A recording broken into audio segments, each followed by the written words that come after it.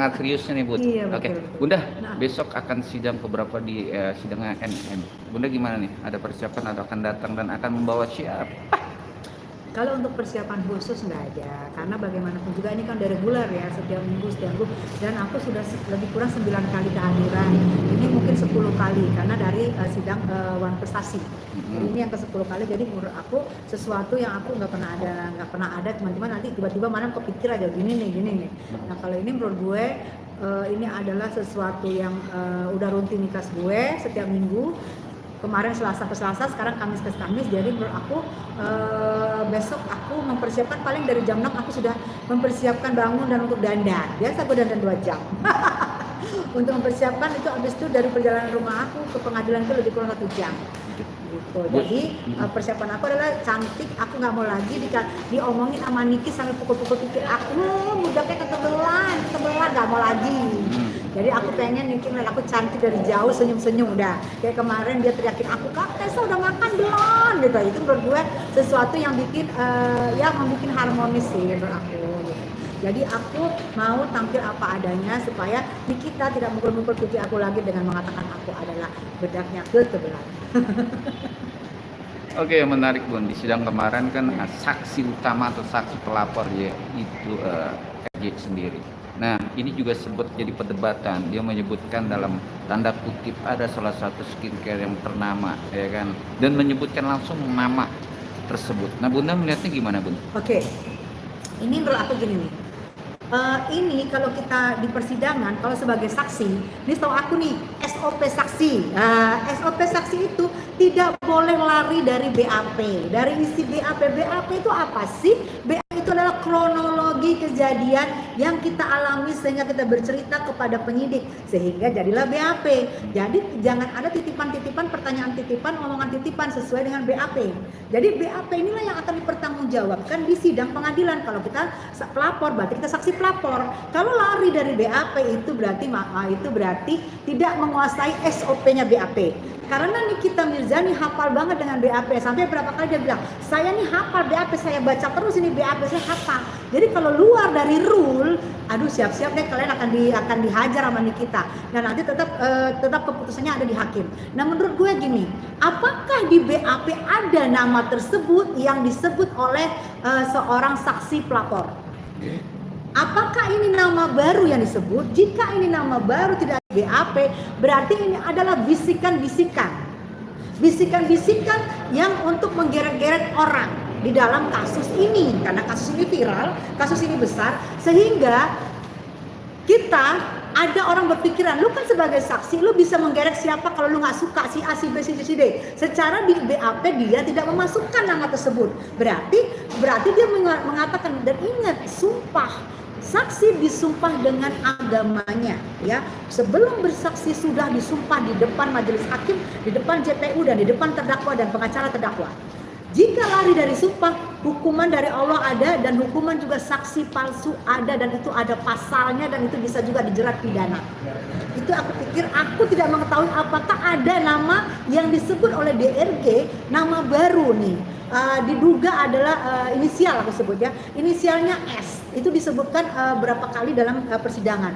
Apakah di BAP nama tersebut ada ataukah muncul setelah duduk di persidangan gitu. Nanti kita akan kupas tuntas, akan lihat terus, akan kita pelototin terus. Kenapa gua mau melototin jalannya persidangan ini? Karena aku mau tahu kebenaran yang dimiliki oleh Nikita Mirzani.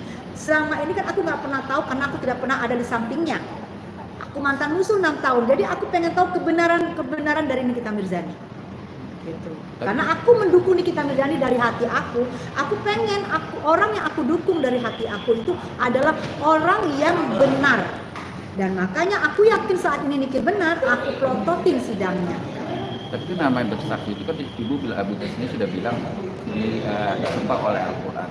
Tapi kan dalam kesaksian itu kan harus dengan dalam arti kata netral dan buka seterang-terangnya. Dan dia menyebutkan nama-nama dalam tanda kutip ada yang namanya, ya kita sebut aja salah satu brand ternama juga. Ya, okay. Itu kan dari sisi Bunda sendiri, ya gimana melihat itu juga, Bunda? Ya, aku gini, ini persaingan bisnis. Aku memandang ini adalah persaingan bisnis. Kalau persaingan bisnis di sini, apa korelasinya dengan Nikita Mirzani? Apa korelasinya dengan laporan LP 368 yang diganti ke 369 oleh seorang Nikita Mirzani, terdakwa? Oke. Korelasinya apa? Kenapa bisa menyebut nama lain? Maka aku bilang, apakah ada di BAP sebelumnya nama tersebut? Karena ini menyangkut brand besar. Nah, Ya, brand besar ini yang setahu aku selama ini tidak pernah ada masalah.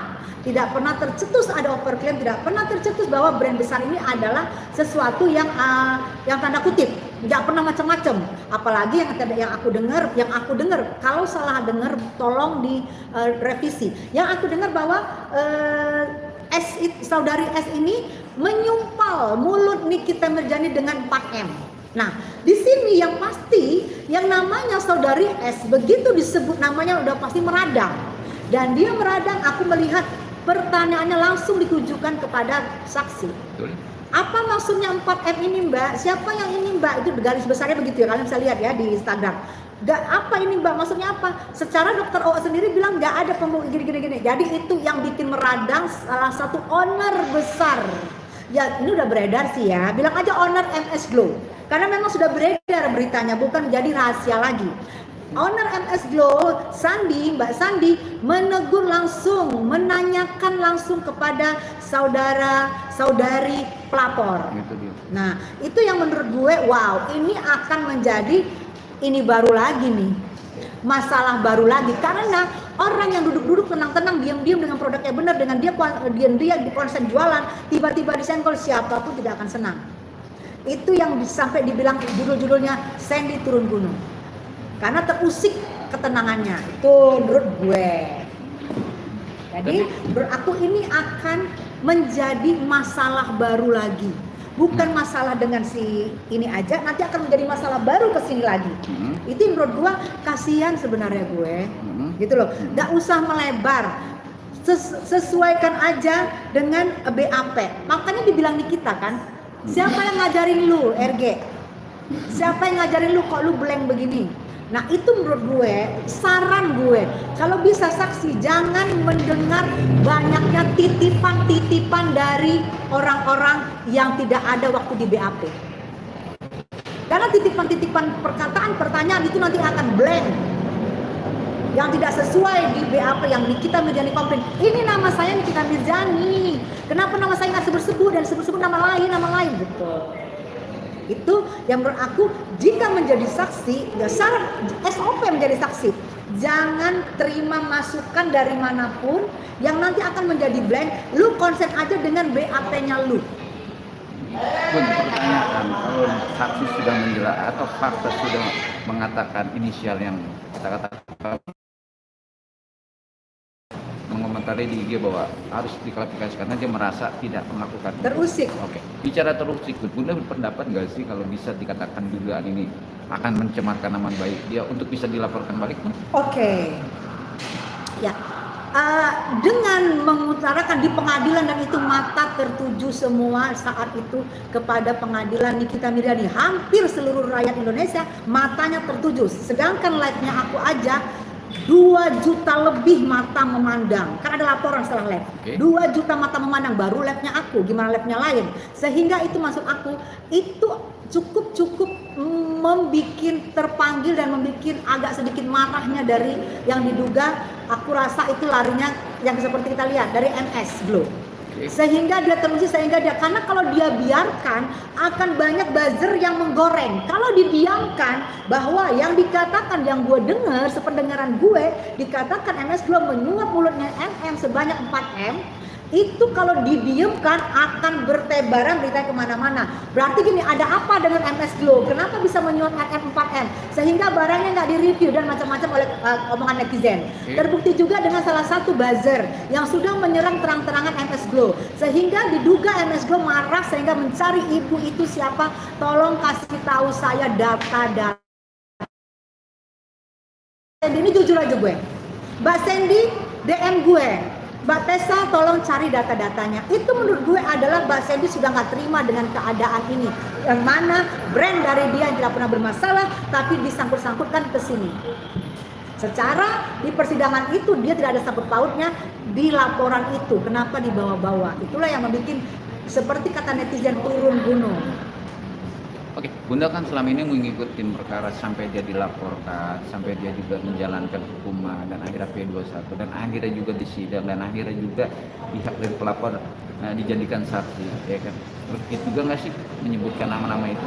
Terkejut nggak? Hah? Terkejut. Wah, terkejut.